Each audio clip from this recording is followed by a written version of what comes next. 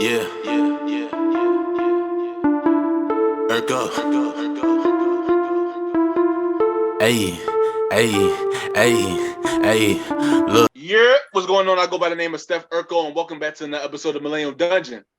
How's everybody feeling this weekend? Me, I'm feeling blessed, feeling productive. Happy holidays to everybody that celebrate, everybody that don't. Just be safe out here. Spend time with your loved ones like y'all usually do. So let's jump right into it. So we got some guests today. From different generations. We gonna start off with George. How everybody doing this evening? I'm Brother George. I'm one of them old heads, 52 years old. Happy holiday to everyone. I'm not one that celebrate, but I do spend time with family and friends, you know, but I don't celebrate these type of holidays really. So I just hope everybody be safe. Enjoy your time if you celebrate it, you know. All right. Karan. How y'all doing? I'm Karan. Happy holidays to everybody. I don't celebrate this holiday either. I'm Muslim. However, I hope everybody having a peaceful holiday. My son's birthday tomorrow, so kind of celebrated that today and tomorrow. So that's the most exciting thing about the holidays for me. But I hope all of you are safe. You with your family, spend a quality time and things of that nature. And I'm wishing y'all all the best. Bernadette. Oh, hello. My name is Bernadette. Um, I don't celebrate like I used to, but I just want to say happy holidays to everybody and happy Kwanzaa.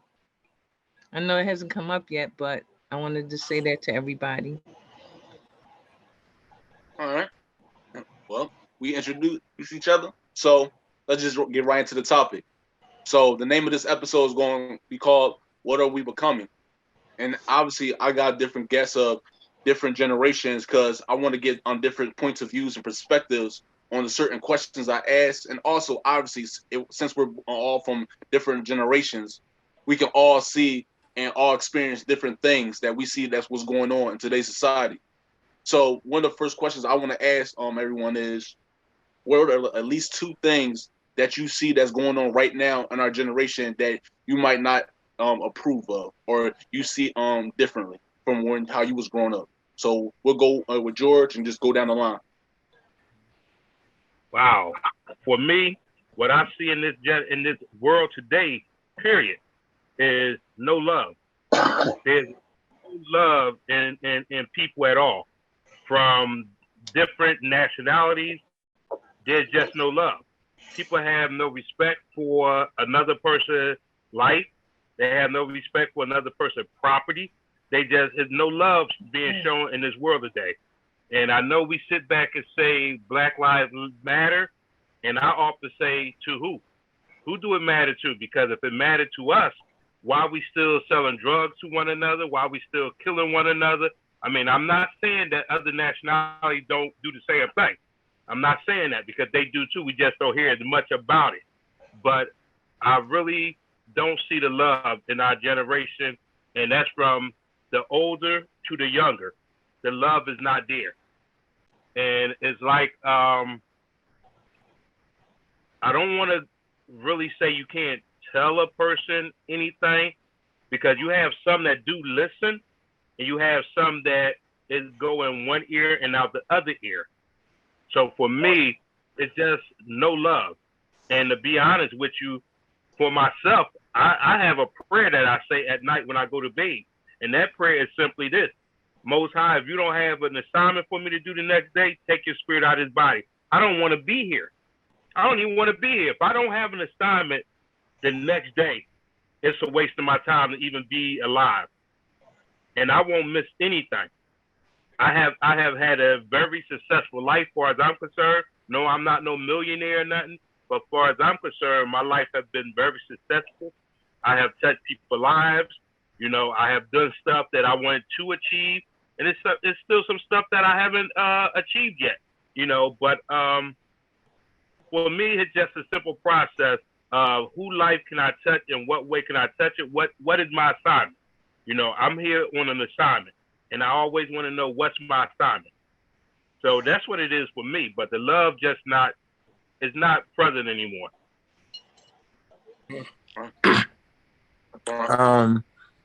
I think, in my personal opinion, the world has been experiencing a lot of selfishness in addition to a lot of sadness. I feel like everyone that I know or the world in general was going through something. I feel like since the pandemic, and I'm not just blaming the pandemic, I'm also blaming like poverty. You know what I'm saying? I'm also blaming, oppression, things of that nature. It has been contributory to a lot of the sadness and grief into the world. I think everyone is out for self these times, and we lose a lot of love for each other. Like, we don't necessarily stick together like we used to. I mean, we're not necessarily in a building process of the world and stuff like that. You know what I'm saying? So it's like, I feel like a lot of people have built tension towards each other. It's like I think it's like you mentioned earlier, there's no love within today's time as it was established back, in your generation. I'm 31 years old, so I'm a millennial because I'm considered a millennial, like right before Gen Z. And I know you're not a baby boomer, but you're an older millennial, I'm assuming.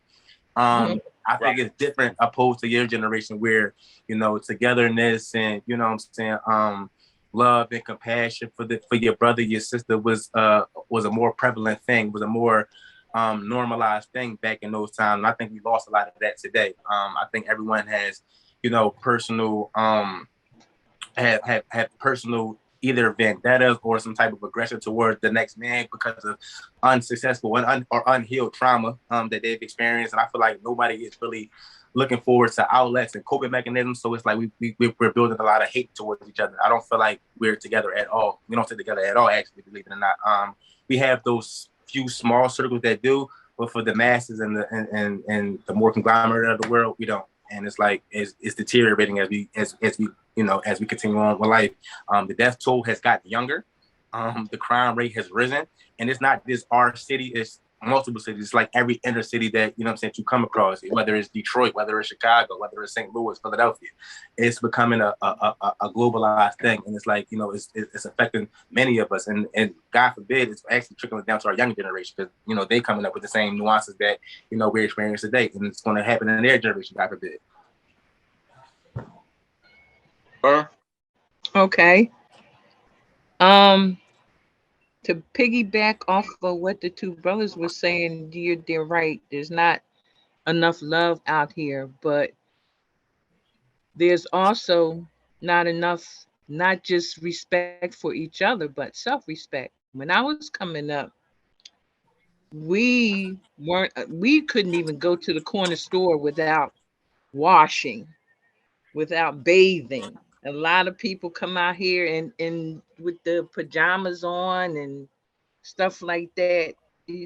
What's up with that? And we couldn't do it. If we weren't at the dinner table when it was time to eat, guess who went to bed hungry? You know what I'm saying? They don't do that anymore. They don't have. I told my mom, God rest her soul, I told before she died, I told her, Mom, if parents discipline their children the way you disciplined us, a lot of them would be going to jail for child abuse. I'm telling you. Yeah, You ain't lie. Ain't lie. You know what I mean? Yeah. And it's not like that anymore. They're not disciplined. They're not taught discipline. So That's facts. Lack of tradition.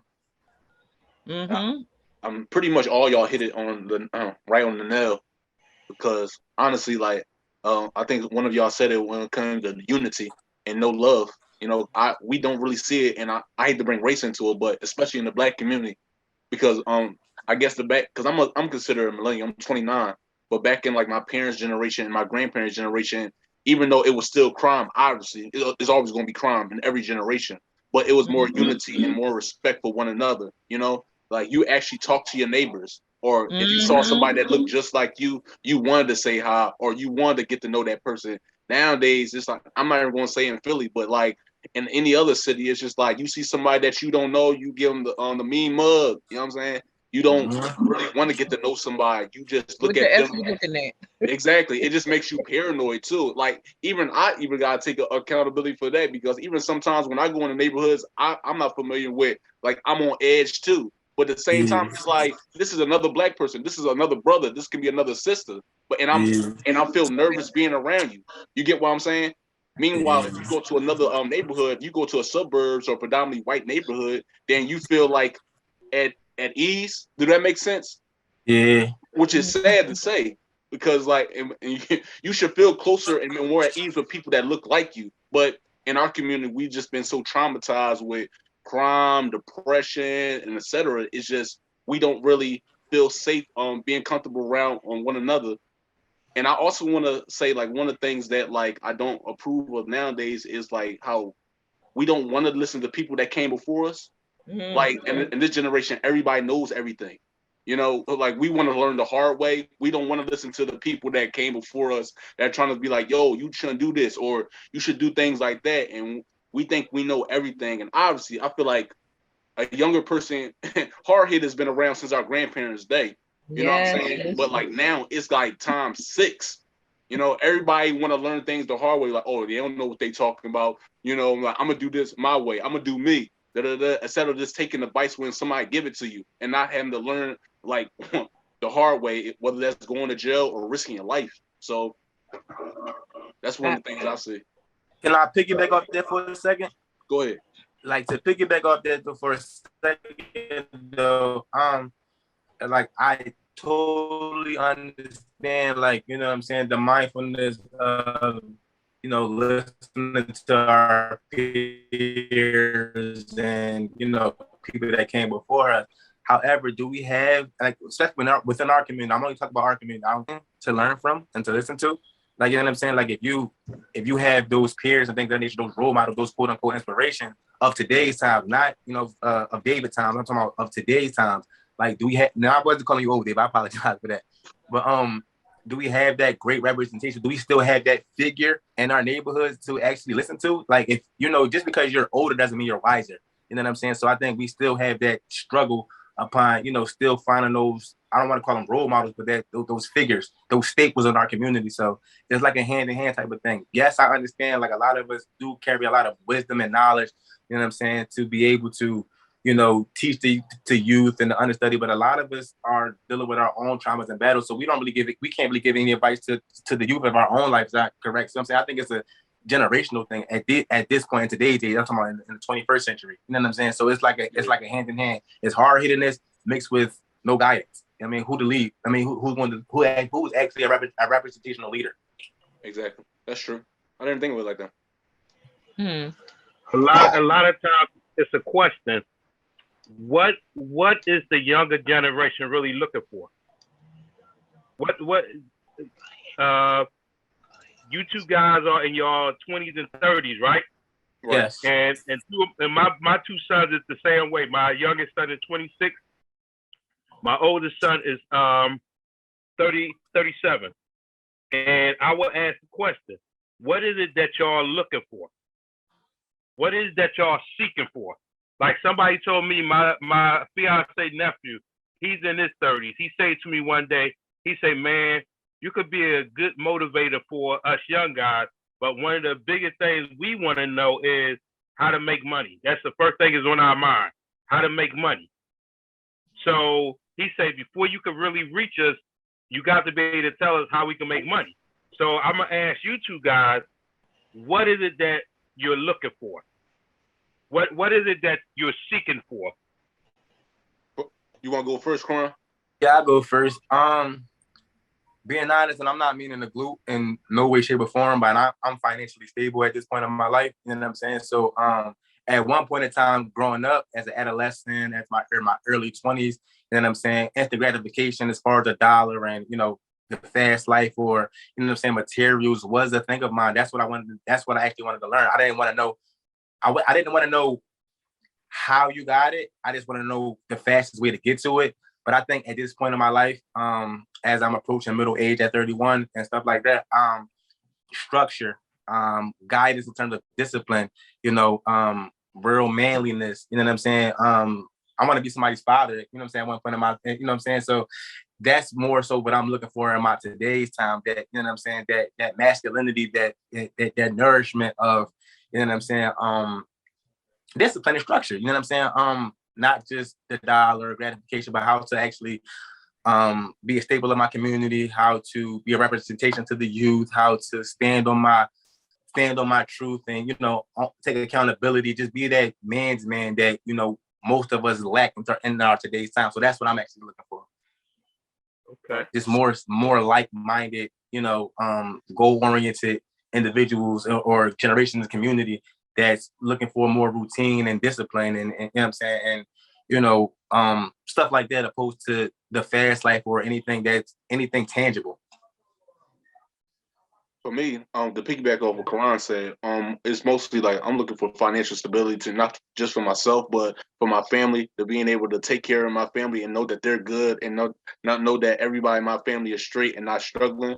And also for me, I like Karan said, structure, because like I said before, like in our culture, in our community, let's be honest, like a lot of us that grow up in inner cities don't really have that structure, or not used to seeing structure. Like I'll be talking about this to my friends all the time.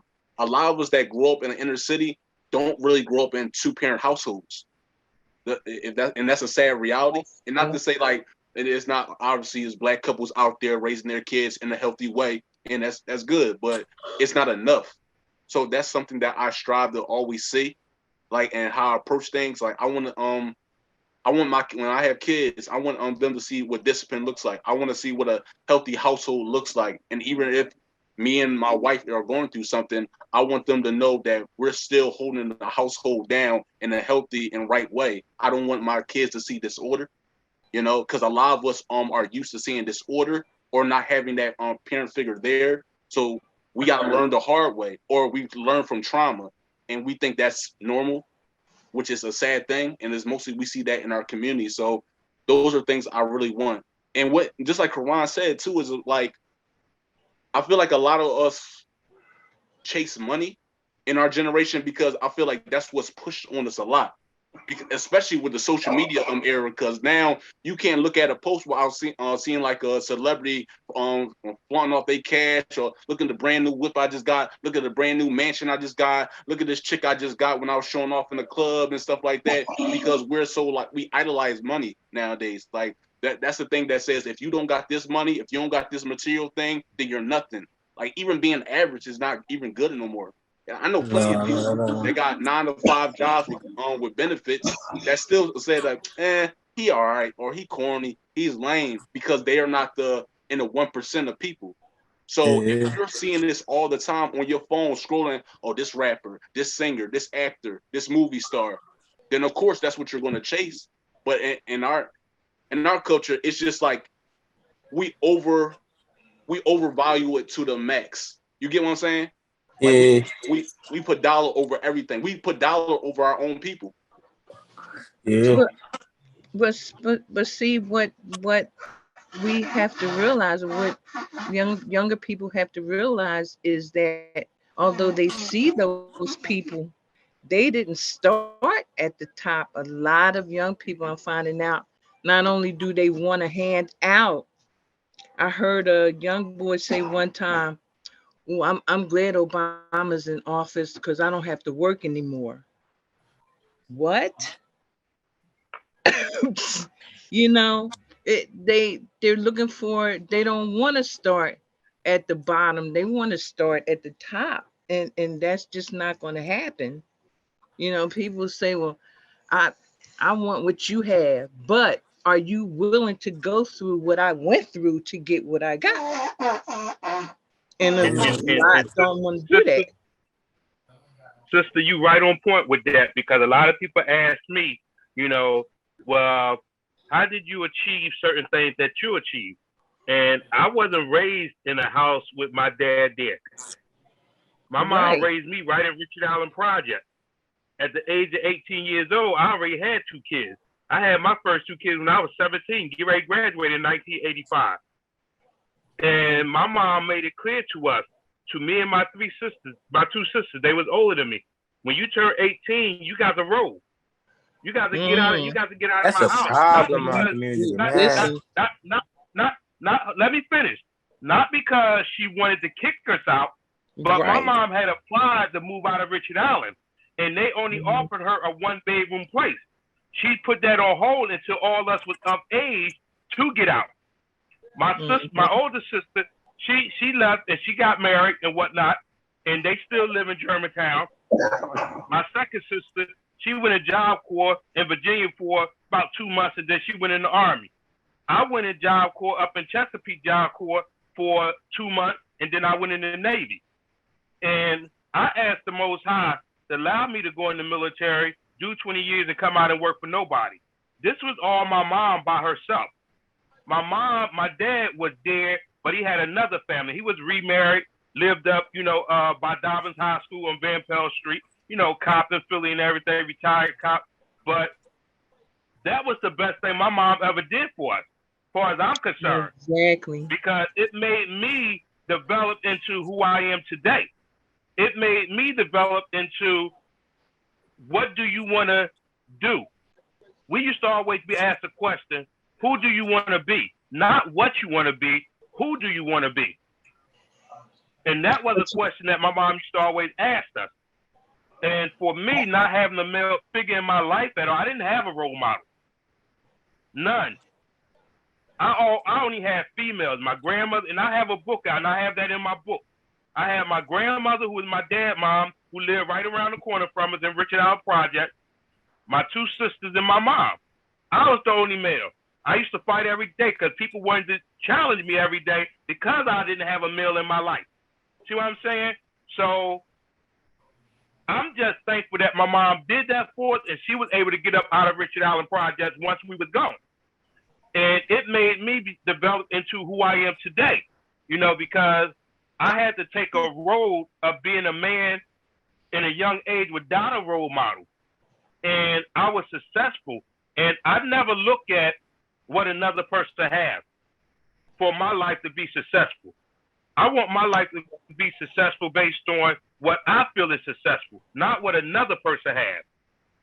And that's how I have always lived my life. And I taught my kids the same way. My 2 sons told me that they didn't want me to teach them from my mistakes. But now my youngest son, who's 26, he say, Dad, I wish I would have listened to you years ago. You always have good advice. I could say none of my kids been in jail. They never been in prison and never dealt with drugs. My youngest son used to smoke his weed every now and then, but they never been in a situation where they was in jail or anything. And I'm proud of them for that. But my youngest son, he talked to me on a regular wanting advice how to make this move, how to make that move. And he said, I wish I would have did it earlier instead of telling you I didn't want you to give us advice. So I let them be who they want to be, but I was always open for them to come to me if they need to come to me. And I never put them down and say, well, I told you so. I never did that. I let them tell me how they feel about stuff, what's going on, and then I give them my opinion. And I say, you still have to make your own choice because that's the way I walk. I had to make my own choice and decision. But I never governed my life based on what another person had. I never did that, and I never will, because I could care less what another person has that's more than what I have. Because to me, I still feel my life has been successful based on what I look at for myself as successful. 2 government jobs, retired from the Navy, retired from the post office. So for me, my life been successful, but I didn't do it on my own. It's the Most High. Because I didn't have no role model. I didn't have no male guide me and direct me. None. It was just the Most High. To add on to that for a second, I think one of the benefits that I've had with getting older and strengthening my faith in God was that I had to unlearn everything that I learned growing up and relearn things that's actually positive and correlated to making the world a better place. Being honest, I'm a college graduate, 2-time college graduate. I got my master's in things of that nature, but I grew up a drug dealer. Like I sold drugs, I fought, you know what I'm saying? I scammed, I didn't did it all. Like, you know what I'm saying? Growing up. And it was because, in my personal opinion, the neighborhood that I was growing up in, none of us had fathers.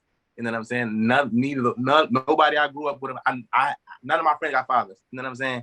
No, none of my friends had structure and things like that. You know what I'm saying? And it got to a point where I grew up, being honest, I lost approximately 10 homies.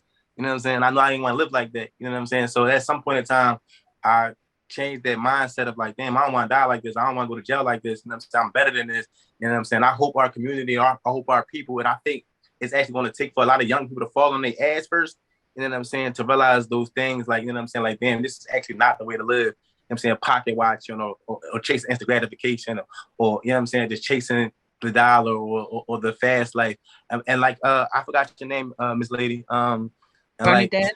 Miss Bernadette said, like, you know what I'm saying? What are you actually willing to do to acquire certain levels of life? Not just with a dollar sign, but just your actual personal goals. What are you actually willing to, what work are you actually willing to put in to make the world a better place, make yourself a better you? You know what I'm saying? That's not detrimental to our community. I mean, so. Right. I got a question for y'all too. So, because George made me think about it too, because he was talking about his sons and how they was never involved in selling drugs and they was never involved in the streets and stuff like that. It kind of makes me think of a stand-up of Chris Rock, and when he was like, I ain't never been to jail, and he was like, you ain't supposed to go to jail. You know what I'm saying? Well, at least I take care of my kids. You're supposed to take care of your kid. It's a funny stand-up too, and it's just like, it makes me think about like how in our culture, when it comes to behavior in the Black community, I feel like we've kind of set the bar low in this generation. That's one of the things I don't like how we like are happy about things that we're already supposed to not do. You get what I'm saying? So one of my questions I have for y'all is, do you think like the behavior in our community and culture is deteriorating? Like, what y'all think about that? Like, if you don't mind rephrasing the question, please. Like, in terms of like. So do you think like the behavior when it comes to like having respect for one another, having respect for our neighborhoods, like, because you see we like destroy our neighborhoods all the time when it comes to throwing trash, flipping things over. We don't even have respect for the neighborhoods that we grow up in. So my question is, has it gotten worse in this generation when it comes to having respect and like for one another and the environments we live in? Before go ahead, Sister Bernadette. Well, I believe it has gotten worse, only because of the fact that we don't have a lot of, even some adults don't want to, it's like they see something happening and first thing they say is, well, that's none of my business. Or, you know, I don't have anything to do with that. Or they used to have a saying, snitches get stitches, you know, and different things like that. I used to think my mother was the meanest person in the world. When I first got my first job and she was telling me to save up my money so I can have car fare. Well, I didn't do it. Guess who had to walk to work every day until I got my next paycheck? So now, this generation, I do believe is deteriorating because of the fact that a lot of people, a lot of adults don't want to step up. Don't. You want to go ahead, Mr. Dave? You want to go next?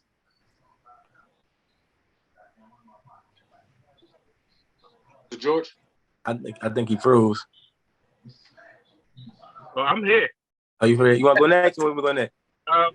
Okay. Okay. Now, I like where you hit with the Chris Rock jaw, but the reason why I say my oldest son is because I wasn't there to raise him. I was in the Navy in Alameda, California, while he was being raised up in Richard Allen Project, and his two uncles sold drugs. His mother's family was a drug family. Mm-hmm. So that's why I was surprised that he never got in trouble with the law and got into selling drugs or using drugs, because I actually got custody of him in like 1994 when I did come back, because his mother went in rehab for drugs. So that's why I was surprised with my oldest son, who's 37, because he never got into selling or using. And his uncles were locked up left and right for selling drugs. So that's why I was proud of him. But far as with the community, with trash and stuff and all that type of stuff, again, I go back to, I believe it has gotten worse because, again, no love. And I say this because my lady live in Camden, a part of Camden. They like to say Oakland. I still say it's Camden. But on her block specifically, on her block, it's a Spanish guy, Puerto Rican family, you know, and this guy owns a taxi company. And he takes up like spots on the block all over the place. Now, like I told my lady, he have the right to do that because it's a city street. But it's also a fairness where, you know, it's a handicap spot, and he'll park his car in the handicap spot with no handicap placard. Out of no respect for people, and the cops don't do a daggone thing because a lot of the cops in Oakland is Spanish. So I would talk to one of the ladies on the block one day. She just happened to be talking to me because I was parked in the handicap spot, and I have a handicap placard, and it used to be her spot when she had a car. But another lady used to use it, and she moved out. But I was parked there. The lady would talk to me, and he overheard it. And he don't like the black lady, so he overheard her talking to me. So he want to start running his mouth. And I say, bro, you know I got love for you and your family. I got much love for you. I say, but you're wrong. I say, you met me. We done talked, and you know I'm about right and wrong. I say, you're wrong. I say, right down the street, y'all had that parking lot. You should be parking a lot of your cars down there, your cabs. But your white personal car, that's different. But you leave a spot, a big old spot with you leave a spot where nobody could fit in. And I'm thinking you saving it for your wife, but you never put your wife car there. You just leave the spot there. And then you park your other cab, 3-4 cabs on the block along with your big ass van. You know what I'm saying? So I'm like, one, you're not being fair to your neighbors. So the cops came, they want to talk all this mess. And I'm like, get out of my face, man. I said, because I done talked to you before. It's two of them. I said, I talked to you before. You ain't do a damn thing. I talked to you before. You ain't do shit. I said, so get up out of my face. I said, my dad is a retired cop. My brother a cop in Philly. I showed him their card where I got my little car and stuff. I said, I'm a retired military. I said, get out of my face. I said, because I done talked to y'all before. I say, first off, y'all ain't even have to come. I say, because nobody was talking to him. He got into me and her conversation. I say, but right is right. And then the one gonna talk about stuff. Well, yeah, he shouldn't park his car like that. But you ain't make a move. You ain't make a move. Not at all. And he still do the same thing right now. So again, it goes back to no love for your neighbors, no respect for your neighbors, nothing. So yes, it has gotten worse. So I look at all this, and I'm a person, I'm about fairness. And one thing my lady say to me, but babe, you don't got to worry about it. You got plenty of room. You got your own land and everything. I know that, but nobody was talking to him because I don't care where he park at. It don't matter to me because it's a city street, so I don't care where he park at. But the lady was talking to me. I didn't go talk to the lady about him. The lady came out her door talking to me. So it just, to me, once again, it goes back to, I believe it got worse, and it's still because of no love. And even at the end of that, with the concert, me and the brother hugged each other because, like I told him, I got love for you. You know, I'm just about right and wrong. Simple as that. And we hugged each other. Not a problem with me. You know?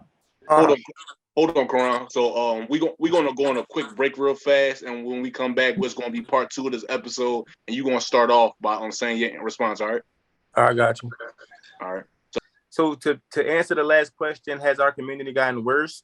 Speaking from like an older millennial standpoint, and like I said in the first segment, being on both sides of the spectrum, where I did sell drugs and I was the type of individual before I became who I am today. I would say yes, but I would like to take a different approach. I wouldn't necessarily just blame our people, but being able to see different sides of the spectrum, I would kind of not blame it, but contribute it to oppression and lack of resources. I can remember, growing up where we had recreational centers, we had POWs, we had schools, or we had gymnasiums, and we had programs where things was like, open and fortunate enough for the people of our community and things of that nature, where it was available to us. So it kept us out of trouble. We played ball, we played football, we played, various amount of sports. So we had these educational experiences and, and adventures open and inviting to us. And then as I got older, my adolescent years, where I, really became like in the streets and stuff like that, those resources were stripped from us. So now it became for ourselves. We don't have anything to look forward to. We don't have any places to go. We don't have any people to actually speak to. We don't have that opportunity to, like, you know, voice our traumas, what we go through, because some of these resources was our livelihood. Like, we don't like most of us grew up in one parent household. You know what I'm saying? So our moms at work, we don't have no dads. So all we had was those recreational centers, those those PALs, those libraries, those free libraries, those after school programs. And growing up, when those stripped from us, so now we have the block. So now we have our friends. So now we building the communities. Now our friends are, you know, coming together, and we trying to find the best way to heal our pain and to ease our time. And, you know, most times than not, that comes with trouble. So yes, I would say, you know what I'm saying, our community has gotten worse, but I don't necessarily feel it's just because of the people itself. You know what I'm saying? I feel like it was a lot of people like me who grew up in the streets, lived the street life, but didn't want to be in the streets. It was all we knew. We became product of our environment. You know what I'm saying? The thing that was available to us. You know what I'm saying? So I would say so that our community has gotten worse, but I wouldn't necessarily, you know, contribute to our people and you know, just being mean to each other, lack of respect. It's a million factors that goes into why our community has decreased and, you know, and lessened in value. And you bring up something important too when you said like a lot of those resources, like we did have POW that kind of kept a lot of people out of trouble. Like that's why I feel like if you grew up in a single parent household and stuff like that, that's why so many Black mothers kept like the kids in like the football or basketball, because like if they was at work, they wanted to make sure that their kids was in some kind of recreational activity to keep them out of trouble or keep them from doing something wrong. But like when you get to the teenage years and stuff, if those things or those programs, if you can't afford them, then all you got to do when your mom's at work is be on that block. You know what I'm saying? Or hang around people, the older kids that worry about that lifestyle, and you look up to them, because if you don't got no guidance in your household, you're going to get it from your environment. You know what I'm saying? Yeah. So one of my next questions I have for everyone is, do you think we're deteriorating as a people? And answer why. So, Mr. George, you going to go first? I think we are, based on what y'all just got finished saying. A lot of stuff have been stripped away. A lot of people, a lot of the youngsters turn to the streets, and mainly what you see in the streets is trouble, trouble, trouble. You don't have organizations where you have a lot of opportunities to go play Pop Warner football, and if you do, you got those that are going to get jealous of you. They want to gun you down on the field. You don't have the opportunity really to go into a basketball league or whatever without there being something going on. So I think as a whole, yes, we have started deteriorating as a whole. To add my personal experience, and I actually appreciate that answer. Especially, you know, when it comes to having people to look up to and, you know, figures and staples in our community, I would like to say that I would agree that our people are deteriorating for the simple fact that, and just my personal experience, while they say the quote, ain't been a Black hero since Robert Townsend, my first hero, or like my first, I want to say inspiration, the person I looked up to was a drug dealer. He got killed by the way, he's been dead for a couple of years now. But that's the guy I looked up to, the block. Like I didn't have a staple in my community, a father figure or nothing like that. So I looked to the street guy because he was the cooler guy. And just like myself, other various adolescents, my peers looked up to that same street guy and those same block guys, and we ended up doing dumb shit that, like, you know what I'm saying, that brought our community down. You know what I'm saying? Fortunately enough, I got out of it, and some of us else grew up and got out of it, but that still plagues our community to the day. You know what I'm saying? Like some of us get rich and get money and we get out of it. We get out of it. We don't give back. We don't support. We don't necessarily, you know, the people that did make it out, those people that, you know, have become something and made themselves up something. We don't necessarily reach back and, you know, and grab you, but say, bro, you don't got to do this. This is what you can do. We say, fuck that. We get the money. We go. You know what I'm saying? So we still left with those hood guys, those hood leadership, and that's exciting to the young people. You know what I'm saying? I was one of those young people. I know how that feels. You know what I'm saying? So, and until we hold ourselves accountable for the things that we do, or, you know what I'm saying, and feel like it's our responsibility to guide the youth and, you know, be that mentorship, we're going to continue to go down if we have the wrong representation of our community.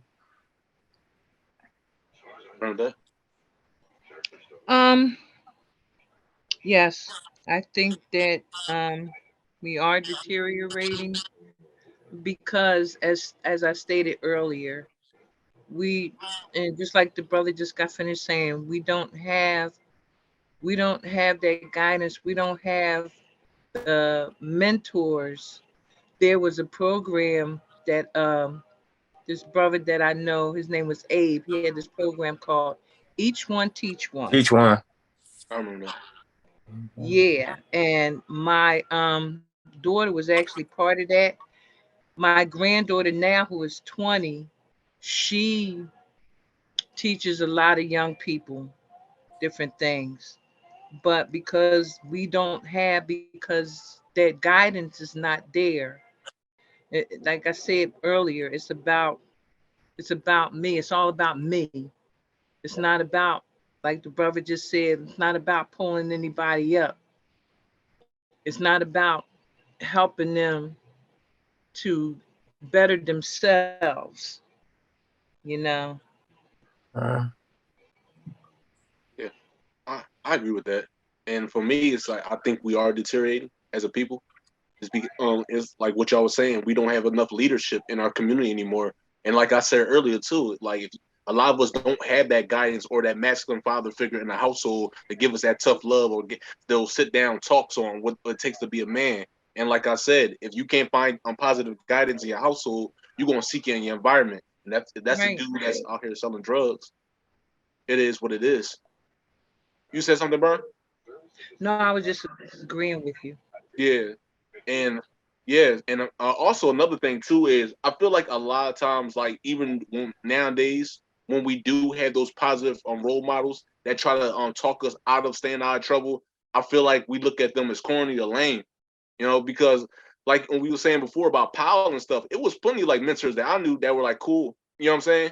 But like when you reach a certain age where it's like you in the streets and stuff like that, by the time those mentors come around and try to teach you right and wrong, you ain't gonna want to listen. You get what I'm yeah, saying? Because you look at yeah, him like, what is he talking about? I ain't trying to listen to what he's saying. I'm 15 years old. I know everything. You get what I'm saying? Because a lot of these kids seen everything. His kids out here, they start selling drugs at 12. So by the time you tell them at 16 or 17, they think they know everything. yeah. So I feel like we do like glorify a lot of things in our community. You know what I'm saying? As far as like being the street dude or being like the dude out here that's robbing and killing, because at the same time, like Quran said, it's exciting. That lifestyle is exciting, to getting quick money like real fast. That's exciting to us, and it's seems as fun. And when you don't have a positive role model in your household, in our community, that's what masculinity looks like in our culture. Being the dude that out here getting money by any means necessary, being that dude that's out here robbing and killing, being that dude that's out here selling drugs. That's what we're told that makes a man, if you're getting money by any means necessarily. And a lot of people got to learn the hard way. I mean, obviously, we've all seen people that obviously went through that lifestyle and stuff and learned a lesson from that, and like I'm able to escape it and teach other people. But a lot of people that see that or get into that lifestyle don't get to live and see another day. So, Yeah. Hmm. so my next question is, what do you think we're becoming? Like, where do you think you can see this path that we're taking can lead us in the next 10 years, Mr. George? Woo. Mm. The next 10 years. Oh man. I don't even look at it the next 10 years. I look at the next 5 years. I just see in the next 5 years more young people dying. More young people going to be dying in the next 5 years than anything. And I mean young black people going to be dying in the next 5 years because of everything we've been talking about already. No role model. They think the street life is better because they're getting that money.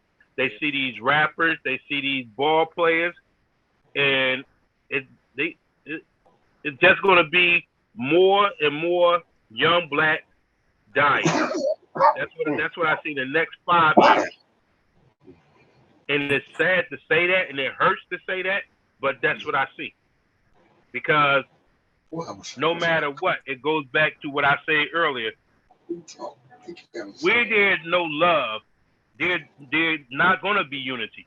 There can be no unity if you have no love. If you have no love for yourself, you definitely ain't going to have no love for your mankind, your next brother. You don't have it for yourself. So the next 5 years, I just see more and more young black men dying. Yeah. um, I'm gonna take a different approach on that. Like, just to be honest, like I'm gonna say it's kind of half and half. And I know it's a generational channel, so I'm gonna actually big up the generation under me and credit Gen Z for being a lot of entrepreneurs and actually taking a stand upon different things that millennials haven't really had access to or like benefited from. So while I do feel like a lot of our community has been decreasing and going in a downward spiral, I feel like Gen Z is parts of Gen Z, not all. Parts of Gen Z has been the savior of giving the opportunity, or providing the display and narrative of you can be successful, not just with a college education, but not with a successful background or a wealthy background. So yes, we have a gang culture in Philadelphia. We have a lot of communities plagued by Gen Z that's actually going downward. But being honest, there's actually a lot of Gen Z people that's actually progressive in the world. We have 21-year-old millionaires that don't sell drugs at all. We have 21-year-old millionaires that's invested in real estate who have their own businesses, legal businesses, and things of that nature. So, in my opinion, it's a mixture of half and half. I think eventually the things that's plaguing our community as far as Gen Z and they're dying, things of that nature. I think it's gonna like bring more awareness, or they're gonna wake up to niggas is really, people are really dying out here. You know what I'm saying? Everybody don't want to die. You know what I'm saying? So it's like some people are gonna take heed to it and say, shit, let me get my shit together. I can make $1 million, or I can make a couple $100,000. I don't gotta take this route. And then some are going to are going to have to fall and bump their head. You know what I'm saying? For it to be a better place. You know what I'm saying? So it's like a mixture of half and half. Wow. Many of us millennials, 30 years old, and 30 and up, are been stuck in our ways. Generations under us are taking different approaches, and seeing like different outcomes. Like, yes, I don't want to be a rapper, but how I can get a couple dollars this way. So it's like a little mixture of both, in my opinion. So are you saying that you're going to see 50-50 rise up and 50-50 die down? Yeah, that's what you're saying. Okay. Yeah. Yes. Yeah. I hope that 50-50 that rise up pull some of the other ones up. Yeah, I was thinking that. I don't necessarily see that occur, but I do definitely see a lot of people. That's the reason why I say I see more black men younger dying, because the ones that can be pulled up gonna be killing off the ones that is successful, because they're gonna want what they have. Yeah. I can see that. A lot of jealousy, a lot of envy. If they jacking people for a Honda car or a lesser car and killing them for a lesser car, what they think they're gonna do to the ones that got a BMW Mercedes? They food. You're right. Yeah, they food. So yeah. You got to, I don't know. I don't want to take the good with the bad, but what you think, Bern? You know what I see in the next? I'm with I can't remember the brother's name was talking about. I agree with him. I don't see the next 10 years. I see the next 5 years. A lot of young people, like I said earlier, they don't want to. You do have some that want to progress, that want to do the work, but then you have the other ones that, like the brother that I heard say that he didn't have to work anymore. I see in 5 years that Social Security could be a thing of the past, because of the fact that young people don't want to work. And the only way that Social Security is going to stay in effect is that people work. You know what I mean? Yeah, I know what you mean. Do you understand what I'm saying? I know what you mean. So that can be a factor too. And just like the jealousy thing, you see this brother, or this, even a woman in that case, driving down the street in a Mercedes. First thing you say is, who does he or she think she is? Instead of saying, oh wow, I wonder what she did to achieve what she has. But they don't look at it that way. And so I'm gonna ask you this stuff because it's your show. I'm over my man's house, and he was listening to the podcast, and I didn't know if it would be all right for him to put some input into it because he was, he's been listening to it. Sure. What's his name? His name is Barry. Okay. He's there now. Yes. How you doing? Hold on. Okay, y'all can excuse me. I'm under the weather. I was listening to him. First of all, let me introduce myself. My name is Barry. I'm a retired correctional officer. I was in the Army 15 years, 4 years Special Forces. Okay. I was listening to the brother that was in the Navy. And so I said, okay. Now I'm 56 years old myself. Now, as far as like going back to having that father figure, it's not really about that. It's all about what the individual want. Because I brought my kids up. My girls did good. My boys decided they wanted to sell drugs. See what I'm saying? My kids never needed for nothing. When they get to a certain age, they're gonna do what they want to do. My daughter, my baby girl, is 40 years old. She has a doctorate in psychology, but she just wrote her 5th novel, right? Yeah. My daughter just wrote her 5th novel. Okay. My sons decided they want to sell drugs. So one's in jail for murder, one's in jail for being a heroin dealer. So as far as the father figure, I don't believe that. I believe it's up to the individual to do what they want. Because I grew up just living with my father.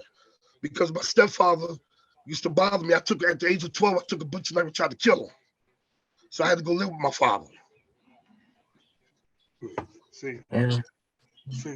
So this is what I'm saying. So when you get to a certain point in life and you know what you want, you're gonna like the kids today. When I was working at CFCF, I worked on the homicide side. Average age over there 19, 21 with homicides. I asked them what they in there for. Because they was on that corner. They know what that corner bring, but like my son is in for murder now. He said he got hooked on that money. So the young boy that's on there, he know what I'm talking about. That easy money does something to them. You see what I'm saying? One day my neighbors called me up and said, yo, your son just made a sale. So I'm like, I just saw him go out the house. So how you make a sale? So I told my wife, the boy got drugs in the house. Now y'all gotta remember, I'm a CO. First of all, let me let you know, these are my stepkids. They're not my biological, the 2 boys. So I said, say something to Lorenzo. Instead of my wife asking Lorenzo where drugs at, she gonna ask me who told me this. You see what I'm saying? Yeah. See what I'm saying? So so we can't just put it on the father figure. Okay? Because there's some moms out here who ain't worth shit. My 28-year-old son, who is great, I want custody of him from his mother when he was 2 weeks old. When I was with the DEA, we used to do drug runs in Chester. And I met her in Chester. And y'all know anyway. So my son was born in Crozet Chester Hospital. I come home on leave. They said my son had cocaine, and so the system took him from her. I went out media PA with the court, my custody of him at 2 weeks old. My son never met his biological mother. He's 28 now. Don't even know what she looked like. Because sometimes that person you think you need in your life, you don't need in your life. They might bring something worse to your life. You understand what I'm saying? Yeah. Yeah. And as far as like what's going on now, between 5 and 10 years, this is where the younger generation got to get involved with the democratic process. They got to understand how this process works.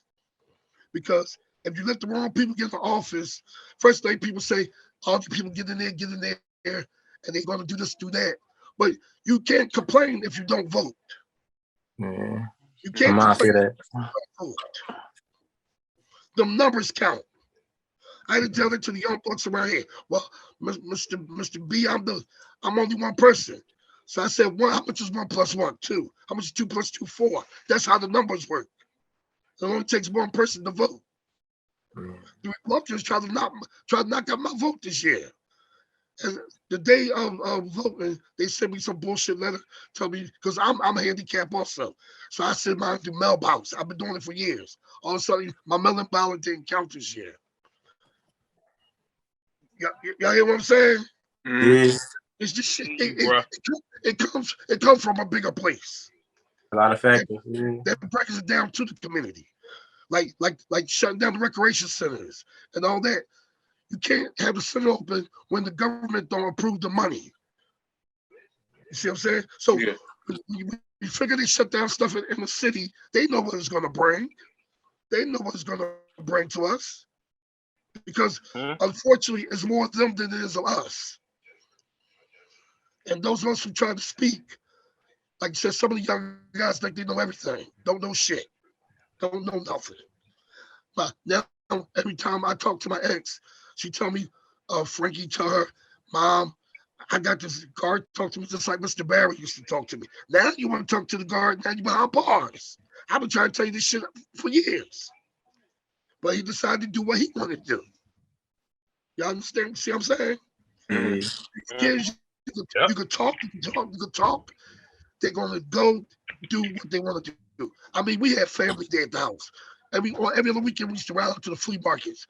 I'll take my kids, my family out to dinner. We had movie night at the house. I even said what one of y'all said earlier. I asked my son, I said, how many of your friends got both mother and father in the house? He said, I don't know nobody. I said, but you, right? Yeah. I said, so what do you think he had to lose? When you're around with somebody who have nothing to lose, they will, you already know, it's like crabs in the basket. When you try to get out that basket, that crab gonna pull you down.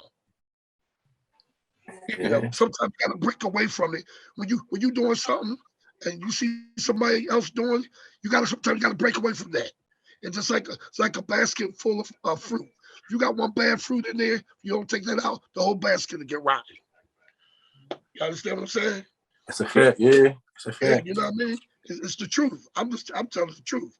You know what I mean? I worked in the prison for 24 years. I worked when it was youth study center was on Pennsylvania Avenue. We had them juvies on the 5th floor for homicide. I had a 14-year-old with 3 homicides. Little Puerto Rican boy. He killed somebody for looking at him wrong. But then his family go try to hide him, send him to Puerto Rico. He get over Puerto Rico and kill somebody. See, sometimes not just the person, sometimes the whole damn family's rotten. Yeah. I'm sure y'all seen it before. You can't say nothing to none of them because a simple person cannot be reasoned with. Yeah, it is definitely different factors that go into it. So I do get that. Right. That's right. So yeah, you know what I mean. How many times you heard of an bystander getting killed or hurt trying to break up, a fight? Yeah. How many times have you heard that? A lot. In fact, I was actually an innocent bystander. I got shot at 15. I was actually an innocent bystander and shit like that. So yeah, a lot. Like I ain't nothing to do with nothing. So that's the actual fact. Right. That's the fact. You know what I'm saying? But but that's why I want to put into a call. He talked for so long because, like I said, I ain't got my voice. But I appreciate y'all letting me break into that because I was listening. It was killing me. I said, but it's all good, man. But y'all go ahead because y'all on the right track. Y'all on the right track. But I'm just letting y'all know from my experience. And now, like I said, I did it for years, man, dealing with them from the juveniles to you got grown men in their 70s who still think they 15. They want to be junibugs. You know what I mean? You know what I'm saying? And some of the young cats look up to these dudes and they just bad as them. How many times have y'all left for work? The same niggas on the corner, you come back, they're still on the corner. Still on that same corner. You know what I'm saying? Come on, man. Come on, Yeah, and like I said, as far as like the rec centers, all that, you got to take that to Washington D.C. That's where everybody got to vote. You got to vote, man. You got to vote. That's all I say. Vote. Pay attention to what's going on around you and vote. That's all. I appreciate it once again. Nice talking to y'all. Come on, my voice is about to go. But thanks again, gentlemen. No problem. Thank you. And thanks, Brother Barry. And I had one more question for the panel, and I thought it was a good one because we talk about unity, we talk about community a lot and stuff. So one of my last questions is, what do you think the ingredients are to making a good friend? Wow. Man. No, there's no such thing as a good friend. Hey, Brother Barry, you're a military man. You know the truth. That's And I right. tell people all the time, I don't have friends. I have Tell them, associates. yeah. Associates. That's I what have I Hey. said. associates. I don't have Yes, sir. friends. Yes, sir. But if you did, but So what are some certain aspects you think will have of making a friend or a qualities? friend is a good quality friend. You're gonna talk to that friend, I say every other day. You're gonna be able to share anything you need to share with them. And I had a good friend like that. I call him my cousin. We still close, but we're not like we used to, because he did something that messed me up for a while, you know, and we stopped talking for almost 2 years. We still close, we like brothers right now. And but we don't share like we used to share. Mhm. Now he was my friend. We grew up together in Richard Allen. Mhm. He was my friend, so I thought. But when what went down with our situation, that showed me I don't have friends. I have associates. I don't like people being that close to me. I just don't, because I deal with a lot of trust issues. To be honest with you, because I've been done wrong for a long time by males and females. I've been married twice. I've been done wrong by males and females. So I don't classify anyone as my friend. You are my associate. Now, how close associate you are, that's up to you. Because I give everybody an A. When you come into my life, you got an A. It's up to you to lose it. All right. It's up to you to lose it. Well, So I don't classify anyone as a friend. I classify them as close associates. And if you're a close associate, I talk to you at least once out of the week, maybe twice sometimes. I'm there to hear. If you got something you want to talk to me about, I'm there to hear. I'll be a listening ear. I don't always give my opinion unless you want it. And that's the way I am. And sometimes people don't like my response because I'm going to keep it 100. You know, that's the way I am. I could give it and I could take it. I don't mind constructive criticism. So I could give it and I could take it. So that's the way I operate. what about you, Karan? About it? So the question I'm asking, like, what are the ingredients of making a friend? Like, even if you don't have friends, if you have associates, like, what are some qualities that you would look for? For me, I don't have no ingredients. So you don't got no when qualities you would look for? When you're a person that lack trust with people, you can't get no quality. There's no quality you can develop because you have a lack of trust. So you can sit here and lie and say, this is the ingredients I look for. But no, it's not, because you already lack trust. So when you lack trust, there's no ingredients you can put together. Yeah. I feel that. What about you, Karan? What you feel? It's crazy because it's funny because my girl and I talk about this all the time and shit. Like, she's what you consider like a lower tier friend. She used to tell me all the time, like, I don't got friends, I got associates. You know what I'm saying? I used to like be friends with guys, like, and I consider my friend throughout the time, the length that I know you, the shit that I went through, you like the shit that I went through with you growing up. Like, you know what I'm saying? We hustled together, we did shit together. So I would consider you my friend. You know what I'm saying? Based off that, knowing like as I'm getting older, we're separating ways. You still want to put me in harm's way. You know what I'm saying? So she used to help me with that all the time. But in terms of my personal opinion, I don't necessarily lack trust issues. So I'm gonna say like the ingredients, in my opinion, that qualifies somebody to be an actual friend is somebody that got your best interest at heart. You know what I'm saying? Somebody that respect your boundaries, and you know what I'm saying? A loyal friend. You know what I'm saying? And knowing how to be a friend to you. Some people call each other friends, but they don't know how to be friends to you. You know what I'm saying? Some people look to you to be able to solve everything for them, but that's not the type of person you are. I'm not the type of friend to you. You know what I'm saying? I'm not that type of friend. I'm not that type of person. You know what I'm saying? I could be a friend to you in many ways. That's, you know what I'm saying, according to my personality, to my characteristic. You know what I'm saying? But somebody that actually knows how to be a friend to, you know what I'm saying, in their realm. You know what I'm saying? So I look at the qualities and ingredients of a friend as loyalty, boundaries, respect, and somebody that naturally got your best interest at heart. All right. And Burn, we got 2 minutes left, Burn. So just make it a little quick. Okay. I agree with Karan in regards to the ingredients. You should be able to talk to each other about anything and everything and not have it broadcast all over the street. You know what I mean? You Yeah. should be they should be loyal, even if you don't talk 5 days a week. When you call me and you have a problem, we should be able to sit down and discuss it. You know what I mean? Right. So I agree.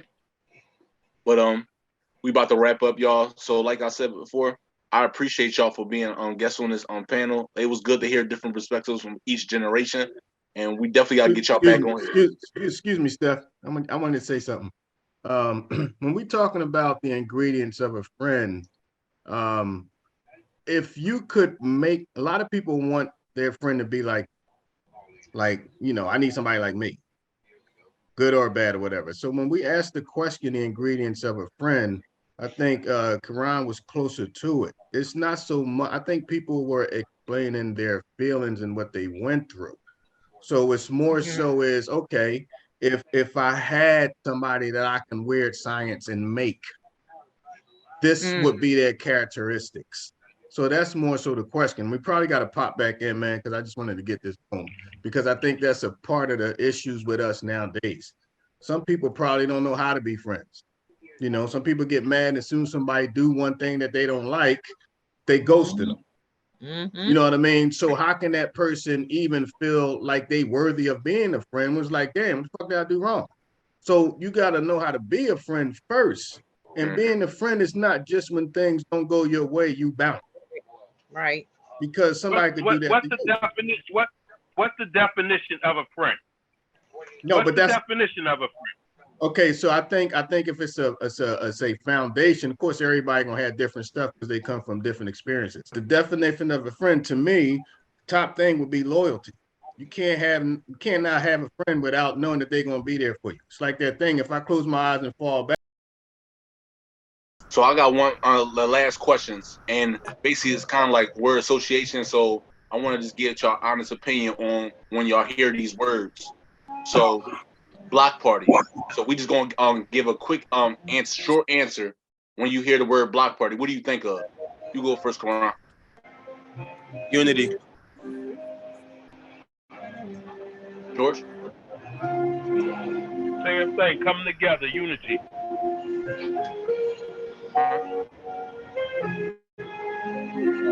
I agree. I yeah, coming together. Excuse me. And you guys don't have to share the same word. But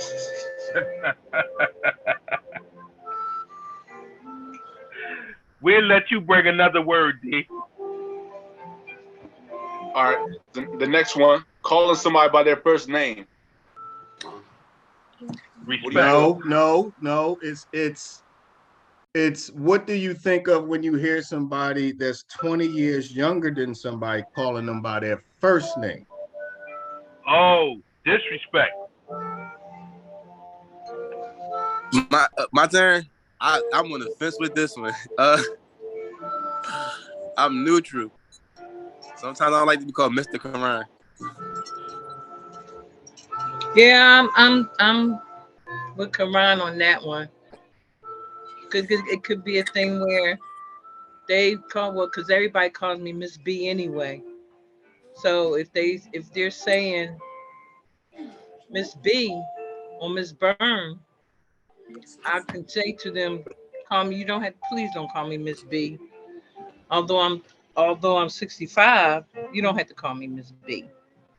As long as that respect is there, Yeah. You sleep. All right. Last one.